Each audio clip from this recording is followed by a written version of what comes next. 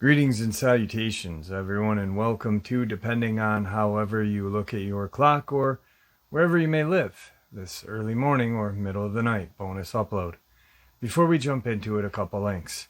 As many of you know, I rely on Patreon, PayPal, channel membership, and the merch to help the channel to continue to grow and go. Links to Patreon, PayPal, and channel membership is in the description below. Merch displayed directly under the video. Also, Dogman Frightening Encounters, Volume 1 through 3, the audiobook versions. They were written and researched by Tom Lyons, narrated and produced by me, Jeff Nadolny. Those audiobooks are available on Audible, Amazon, and iTunes, links to which are also in the description as well. And finally, last but definitely not least, if you'd really like to help support the channel to continue to grow and go, simply subscribe. It does not cost a cent. Click that like button, takes half a second.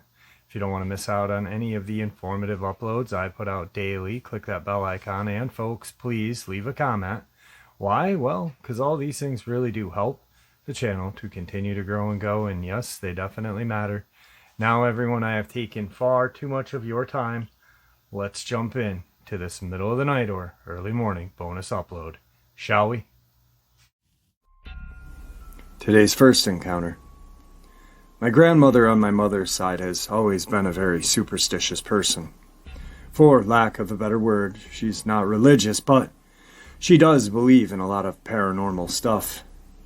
Her mother was full-blooded Navajo and her father was Irish. Either way, she had never been anywhere east of Montana and grew up in Nevada. One year when I was in grade school, we went to visit her. Most of the visit was pretty uneventful, typical boring old people stuff. Except she always kept her curtains drawn shut and would always peek out of the window.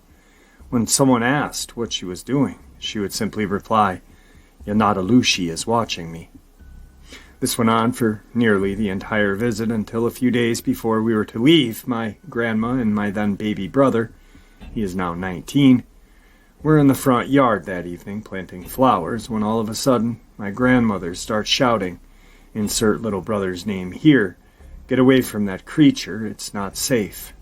Of course, being in Nevada, we all assumed that my brother had found a scorpion or a rattlesnake. So we all run outside to see my grandmother clutching my little brother and shaking in terror against the side of the house. Standing out in the yard was a large, black, Great Dane-sized dog. It was staring at my grandmother with an intensity I had never seen before.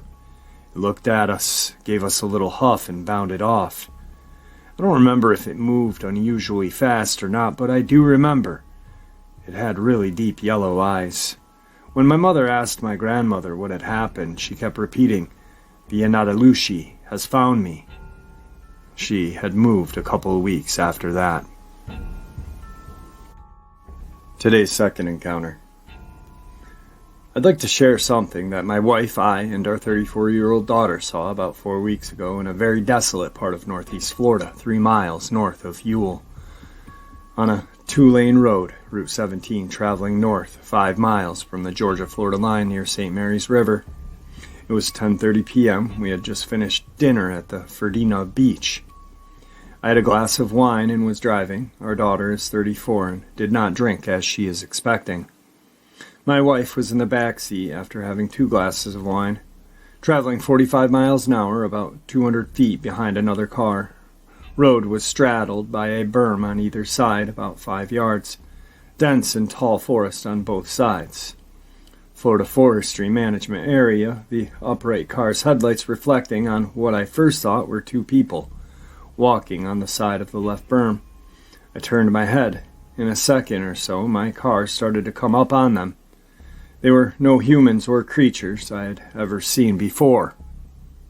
First one I came upon turned her whole body, and it was facing me straight on, about 6 feet 2 inches or so, and about 300 pounds, standing straight on 2 legs, light-colored fur with long, dark brown hair on top. Massive shoulders and a massive head with long hair. The second one was walking with a very long gait, same color and same kind of hair, but This one must have been 6'8" or taller, weighing about 400 pounds. As soon as we passed them, it only took us about 1.5 seconds.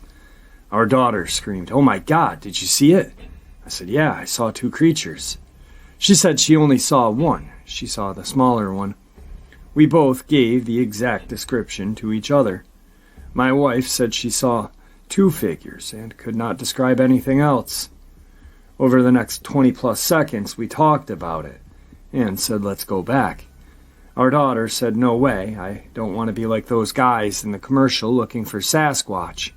So we drove on. We drove to our house in Georgia on the St. Mary's River, and I looked it up. I confirmed what I saw. I told some close friends. They know that I am a former military officer and lieutenant colonel, Jag, a lawyer, for more than 30 years. My daughter is also a lawyer. They said laughingly, "You must have seen some guys playing commando at 10:30 p.m. Jokingly, I was also told some new recruits for the offensive line at Georgia or the Gators. I had an interview the other day with a former wildlife officer in the Everglades, an individual with a master's in wildlife management with education from Duke and the University of Florida. He said he came upon traces of those things in the Everglades and said, "You probably saw them." So, on this Sunday morning, I leave you with this story and advice. If you happen to come upon one of these types of creatures, take a photo. In the 1 or more seconds that you have before they disappear. And if you don't believe it now, all I can say is Google the Florida skunk ape and recent sightings in the Everglades. Today's third part of the upload. I truly believe a cover-up is going on. Last September I was fishing at a state park here in Georgia.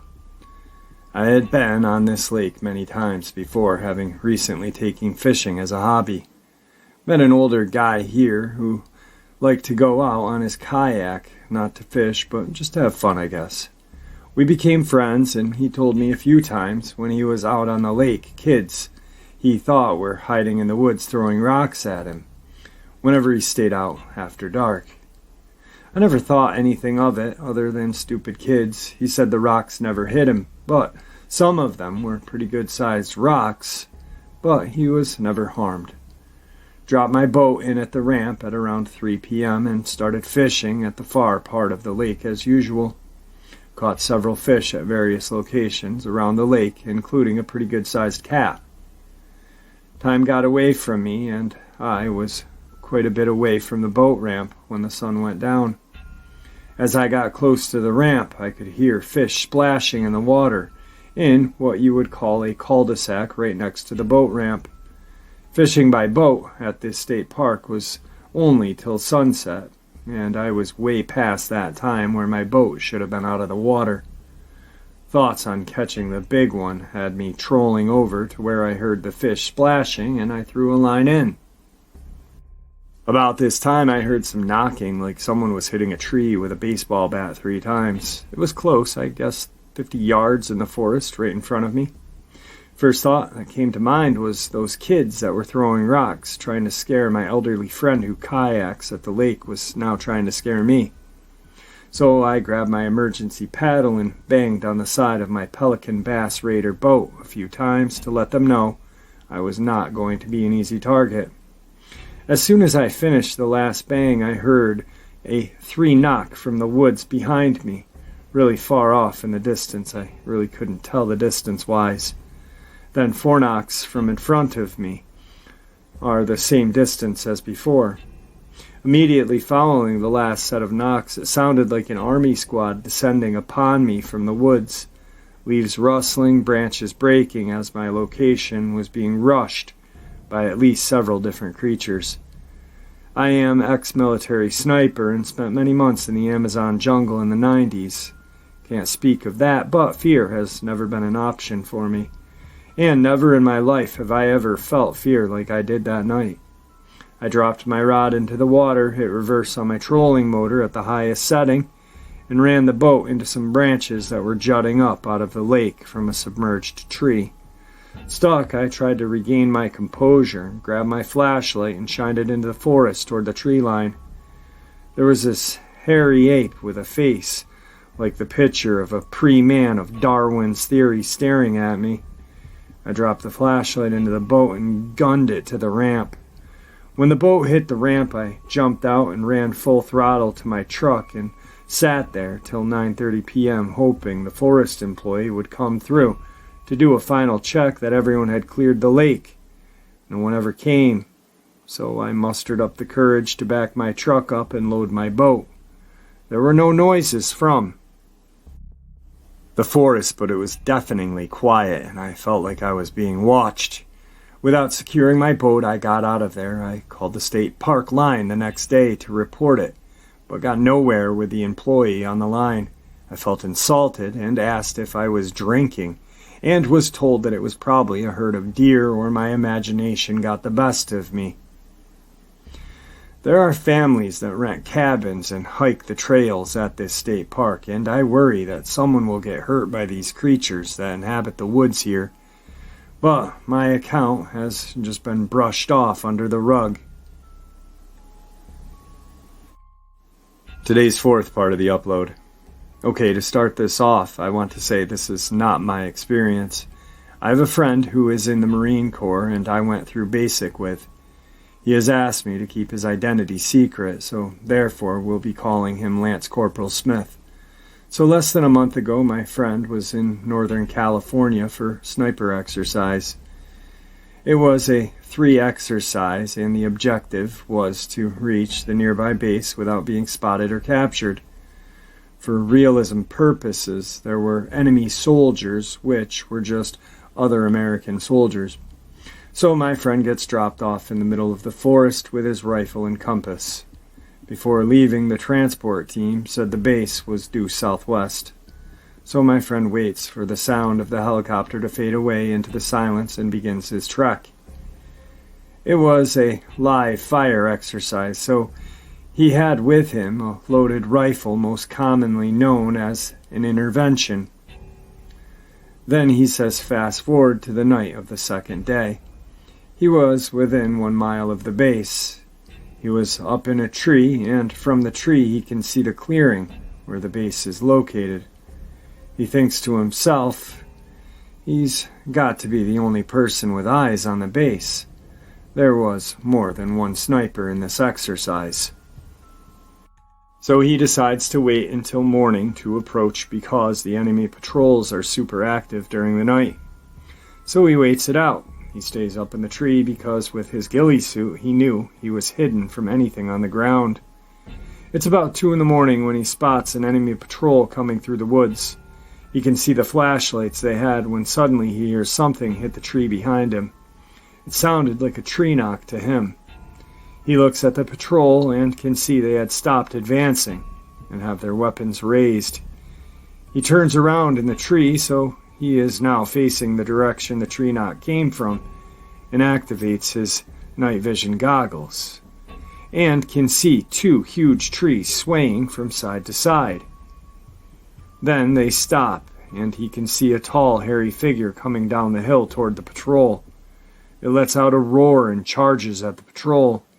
The patrol, scared shitless, hightailed it back to the base. In the morning, my friend climbs down the tree and sees huge footprints. He measures them to be approximately 16 inches long and 5 inches wide. Then he heads back to the base and completes the exercise. And that was his encounter. Today's 5th encounter. For a little bit of background, I am 71 years old. This happened in 2007, when I was still healthy and running for exercise. This occurred on a rubberized running track in a public park, within walking distance from where my wife and I used to live. The park's in a valley, actually the lowest point in Canton, Ohio, surrounded on 3 sides by a wooded area. When you're on the track, a person is approximately 300 yards from the nearest public street, which is an elevated street separated from the surrounding area. For some perspective, the oval track is a little over 3 miles in distance. A creek runs through the center of the track. There are bridges over the creek at the south and north end of the track. There's also a small lagoon at the north end. There's a railroad track located at the extreme eastern edge of the park, running north to south. The railroad track is at the base of a steep hill, on top of which is the public street that I mentioned above. This took place on a practically bleak late March afternoon in 2007, which I remember as gloomy, cloudy, cold, and damp, and very depressing, typical for that time of year here. Even though it was relatively early in the afternoon, perhaps 2 or 3, there was no one else using the park track that afternoon due to such foul weather. I was on the west side of the track running southward when I noticed something coming towards me in the distance, something low to the ground, unopposed to standing upright in the likeness of a person. The subject seemed to be moving toward me at about the same pace that I was running toward it. It wasn't actually on the track, but in the grass beside the track. As the gap closed between us, I began to see clearly that it was some type of animal. As it drew near, I determined it was a very large dog. At this point, I became concerned because dogs and runners are not a good mix.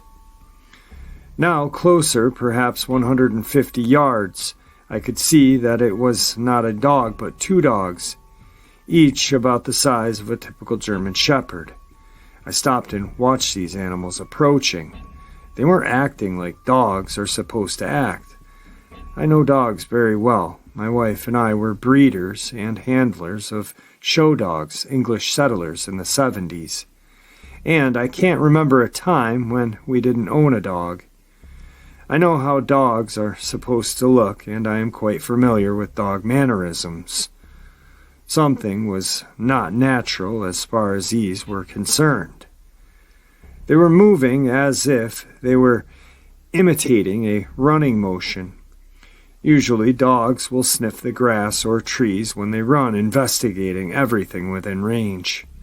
Also, dogs do not canter, and they certainly don't canter simultaneously in perfect lockstep. These creatures were cantering faster than a trot but slower than a gallop, precisely in step with each other, and they were looking straight ahead, never looking to either side, up or down, never deviating from this bizarre behavior.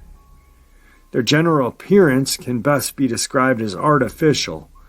One was shades of gray, the other shades of brown.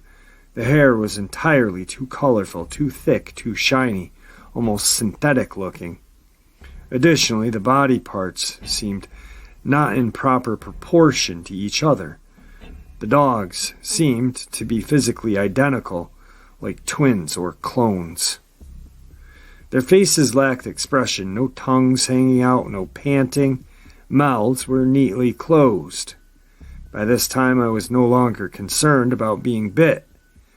These things were totally oblivious to my presence. I turned and watched them canter past me at a distance of 6 feet or so, and proceed northward along the side of the track until they were out of sight. I have not seen them again. I go to the park every day, weather permitting, and I always look for them. I haven't seen anything even remotely resemble those dogs in the following years since that dreary March afternoon. Am I suggesting that these were robotic dogs? No, I don't think they were robotic, although that opinion is not entirely outside the realm of possibilities. Please don't misunderstand me. I am certainly not suggesting these creatures are genuinely artificial. I never thought that for a moment, that these were not living biological beings of some type. I've used terms like artificial and synthetic to illustrate the strangeness of the sighting. I'm not suggesting that I encountered some sort of android animal. You may be thinking that I'm suggesting something unique about this specific location, perhaps something mysterious or paranormal about the local park or track. I'm not suggesting any such thing. As far as I'm concerned, these incidents occurred at this park track simply by pure coincidence and in accordance with known laws of probability. I speak in terms of probability because I am now feeling confident that this kind of thing is common occurrence and not fantasy or illusion, and certainly not a myth. Not only is it common today, but I also believe it has been occurring for many years, possibly thousands of years. It is a genuine experience, an observable phenomenon, and therefore objective to the laws of probability and hopefully, someday, to scientific scrutiny. Over the period of perhaps 20 years, I've spent a substantial amount of time in the same locale. I think the probability of these incidents occurring in my presence in the park is likely about the same chance of this mysterious activity happening elsewhere, in a mall, restaurant, a neighborhood, and just about any other public place. What confuses me is the apparent inability of the creatures of these entities to successfully duplicate even the most basic human characteristics, such as walking as human would normally walk, or, in the case of animal replication, running as an animal would naturally run, and behave as an animal would normally behave. To put this into simplest terms, they, whoever they are, cannot be exceedingly bright if they are essentially unable to produce a convincing human or canine reproduction. Today's final encounter. So back in early 2015, a group of friends and I had a party at a friend's house. We were all underage, and most of the people there were either military or joining the military. So we, being dumb teenagers that we are at the time, decided drinking out on the roof would be cool as shit. So me and one of my buddies decided to climb up there, and we were sitting there drinking our brews and just shooting the shit. Well, about an hour of sitting there, we hear something bellowing in the woods.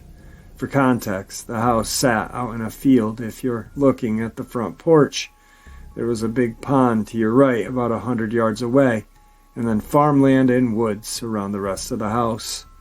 Well, we hear this sound coming from the woods directly behind the pond. My buddy says it might be a cow or maybe a dog running around, but I wasn't too sure. My family owns a farm, so I knew what cows sound like, and everyone knows what most dogs sound like. This sounded like some guy with a super deep voice was out in the woods going, "Ooh-wah, ooh-wah," best way I could make it sound. So this goes on for about 10 minutes or so, and we're just talking about what it could be. Suddenly it screams, and before I couldn't call that a scream, but this was just putting its entire gut into it and screaming at the top of its lungs. We're drunk as shit at this point, so when it did that, it surprised the hell out of us and made me jump, which made me slide off the roof. After we got situated again, we could hear this thing just thrashing through the brush like it was hitting and kicking everything. My buddy and I were just stunned listening to this thing. Next thing we know, we hear a tree cracking and slowly falling over. So I said, screw this, I'm getting the dudes with guns. So I run inside and tell everyone what's going on, and they run outside, weapons locked, loaded. We're sitting and listening. Absolutely nothing. Not a sound could be heard. Fortunately, they believe us and said they'd go out and look the next morning for the tree that fell. So we get up the next morning, hungover as shit, grab some guns and head out. We walked around for a couple of minutes, and it's a forest, so there's broken trees everywhere. We figure we're not going to know which one it was, so we just start meandering around. We end up finding this broken tree trunk, and it's still green around the bark, so we figure this must be it. Thing is, the tree's about 12 to 13 inches in diameter. So we just said this must be it, since it's the freshest looking tree, and headed out of there. I haven't really had any Sasquatch experiences before, but I have always looked back on that and always said it must have been a Squatch really having a shitty day. I just can't think of anything else it could have been, because the biggest animal we have around here are black bear, and I doubt a black bear can push over a healthy tree as big as the one we saw. We assume this was. This isn't proof of Bigfoot. It's really sort of a, I don't know, story to share with y'all. Alright, screw it. Just one more encounter before we end the upload. I was a young Coast Guard guardsman, about 21 years old back in '81. Our boat was the Coast Guard cutter Sumac, stationed out of St. Louis, Missouri, foot of Iron Street. It wasn't a cutter, it was a river-going tugboat with a buoy tender barge on the front of a buoy operation, red nuns and black cans. At the time of the incident, we were heading back up the river to St. Louis from a week of setting buoys starting at the Ohio River. What a fun job that was. Back-breaking, but a good workout for a young man like myself. When we finished our daily aids to navigation ops for the day, we'd simply push the barge into a bank, tie off to a big tree for overnight makeshift mooring. A group of us would always leave the boat for a couple of hours and explore the area for anything unusual, or more often lonely women looking for a fling on the coastie. The last place we were moored was next to a railroad track leading to and from St. Louis on the Missouri side, probably 20 to 30 miles south of St. Louis. We put down the gagway and strode about onto a woodsy land. About 4 of us.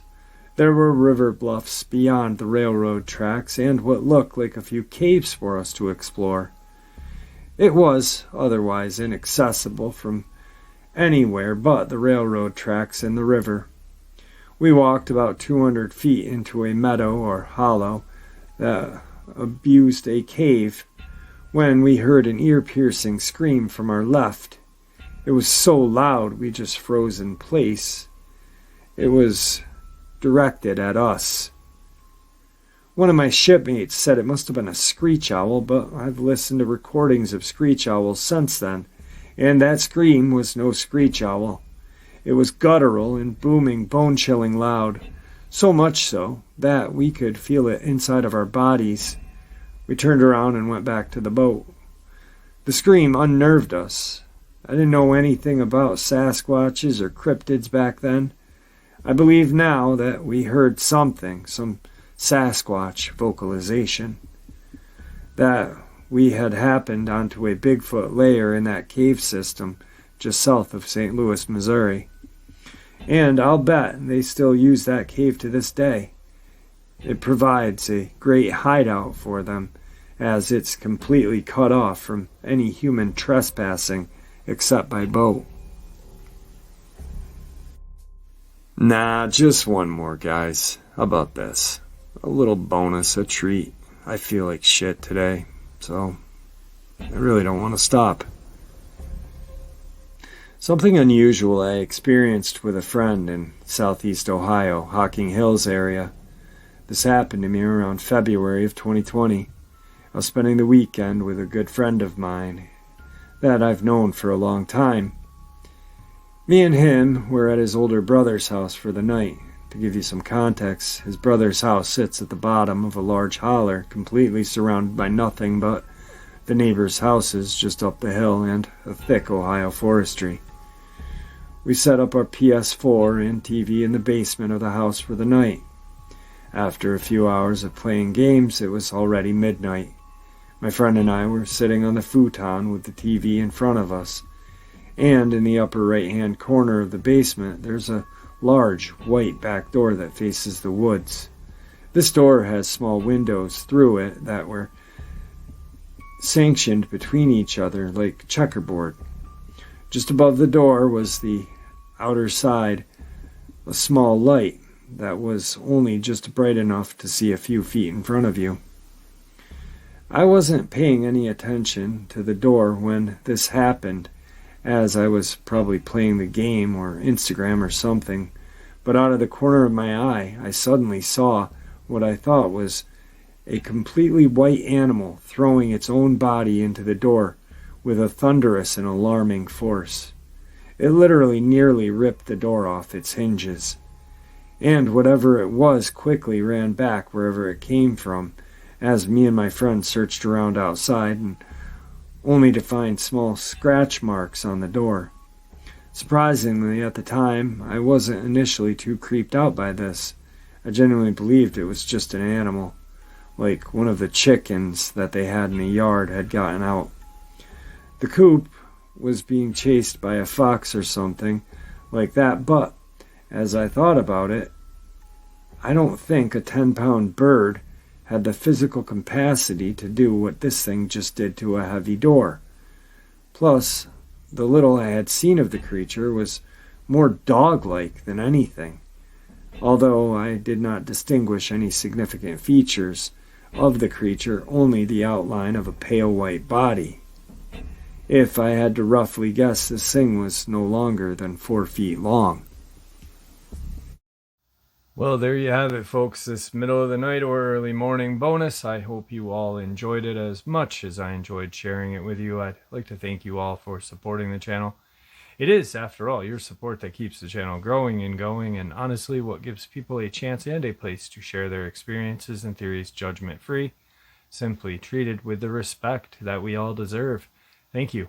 Everyone stay safe, happy, healthy, and ever vigilant, keeping an eye on our children, pets, family, and friends. These creatures are real. They are out there and they're dangerous. Share this information with those you love and care about, and it may just help save their lives someday. Until next time, never stop asking questions, never stop searching for the answers, and God bless.